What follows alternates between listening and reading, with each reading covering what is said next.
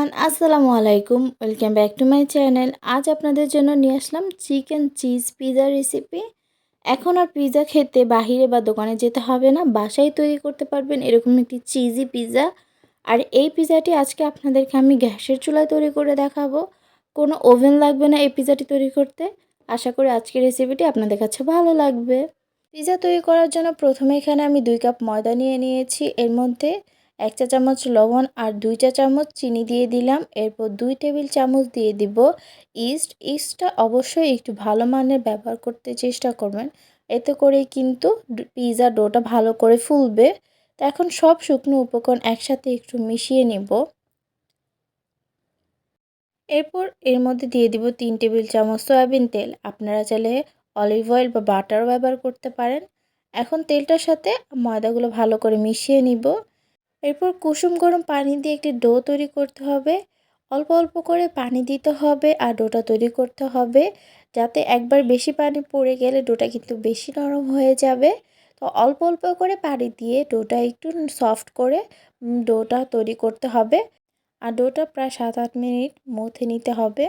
ডোটা মথা হয়ে গেলে উপরে আবারও একটু সামান্য তেল দিয়ে ডোটার গায়ে লাগিয়ে দিব, এতে করে ডোটা উপর থেকে শুকিয়ে যাবে না। এরপর একটি ঢাকনা দিয়ে রেস্টে রেখে দিব প্রায় 2 ঘন্টার জন্য। এরপর এখানে আমি হাফ কাপ চিকেন নিয়ে নিয়েছি।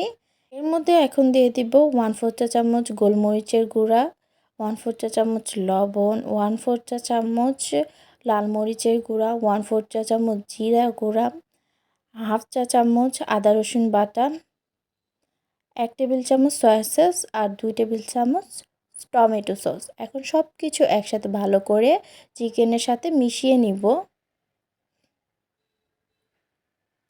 মিশানো হয়ে গেলে 10 মিনিট রেস্টে রাখবো।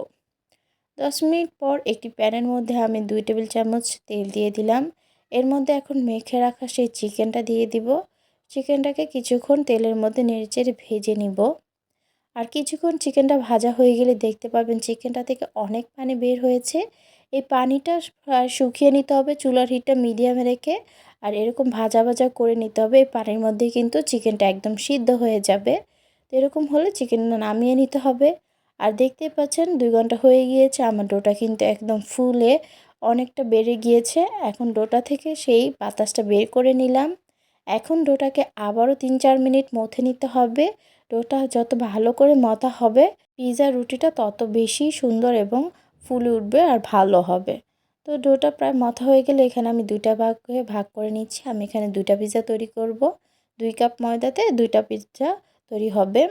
তো এখন আমি একটি ফ্রাই প্যানের মধ্যে সামান্য তেল ব্রাশ করে নিচ্ছি।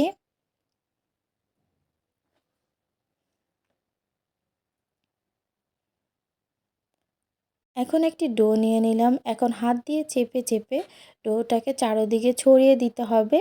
আর 2 পাশ থেকে হাত দিয়ে চেপে চেপে এভাবে গোল শেপ দিয়ে দিতে হবে। এটা একটু সময় লাগবে করতে। আপনারা চাইলে রুটি বেলে নিতে পারেন, তারপরে ফ্রাই প্যানের মধ্যে দিতে পারেন। কিন্তু আমি একবারেই ফ্রাই প্যানের মধ্যে এভাবে হাত দিয়ে চেপে চেপে গোল একটা শেপ দিয়ে নিয়েছি, পিৎজা শেপ।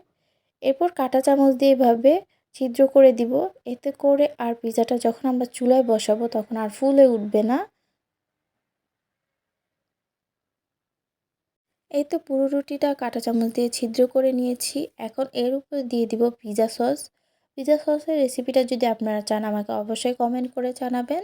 আমি আপনাদেরকে পিৎজা সস কীভাবে বাসায় তৈরি করতে হবে সেটা দেখিয়ে দিব। আর পিৎজা সস কিন্তু কিনতেও পাওয়া যায়।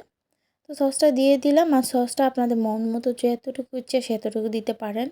এরপর এখানে দিয়ে দিয়েছি আমি মজেরেলা চিজ।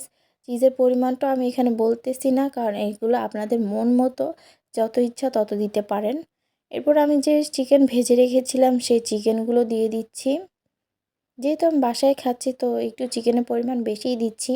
দোকানে বা রেস্টুরেন্টে কিন্তু এত পরিমাণে চিকেন থাকে না। এরপর এখানে আমি দিয়ে দিচ্ছি গ্রিন ক্যাপসিকাম। উপরের টপিংটা কিন্তু সম্পূর্ণ আপনাদের উপরে ডিপেন্ড করে। আপনারা কি সবজি দিতে চান বা কীরকম টপিং দিতে চান সম্পূর্ণ আপনাদের উপর নির্ভর করে।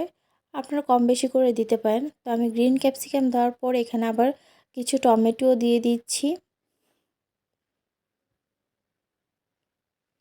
টমেটো দেওয়া হয়ে গেলে এখানে আমি কিছু পেঁয়াজ দিচ্ছি, আর পেঁয়াজগুলোকে আমি একটু বড় বড় করে কোয়া করে দিচ্ছি, এতে করে কিন্তু দেখতে উপর থেকে খুবই সুন্দর দেখা যায়। তো পেঁয়াজ দেওয়া হয়ে গেলে উপরে আমি আর একটু চিজ দিচ্ছি, এতে করে কিন্তু পিজাটা খুবই চিজি হবে। এরপর সর্বশেষে কিছু অরিগ্যানো উপরে ছিটিয়ে দিলাম। এরপর চুলায় বসিয়ে দিব ঢাকনাটা দিয়ে। ঢাকনার যে ছিদ্রটা ছিল সেই ছিদ্রটা বন্ধ করে দিব। এরপর পিজাটাকে 12 থেকে 15 মিনিট একদম লো হিটে রান্না করে নিলে এরকম একটি পিজা তৈরি হয়ে যাবে। আর পিজাটা কত চিজি হয়েছে এটা আপনাদেরকে আমি দেখিয়ে দিলাম। আশা করি গ্যাসের চুলায় এই চিকেন চিজ পিজা রেসিপিটি আপনাদের কাছে ভালো লেগেছে। এখন আর বাচ্চাদের আবদার মেটাতে চিকেন পিজা খেতে আর বাইরে যেতে হবে না। বাসায় বাচ্চাদের এরকম একটি চিকেন পিজা তৈরি করে দিতে পারেন। আমার রেসিপিটি যদি ভালো লেগে থাকে তাহলে অবশ্যই লাইক, কমেন্ট অ্যান্ড শেয়ার করবেন এবং আমার চ্যানেলটিকেও সাবস্ক্রাইব করে দিবেন। আর নতুন নতুন ভিডিও পেতে আমার চ্যানেলের পাশে থাকবেন। দেখা হবে নতুন কোনো ভিডিওতে। ততক্ষণ ভালো থাকুন, সুস্থ থাকুন। আল্লাহ হাফেজ।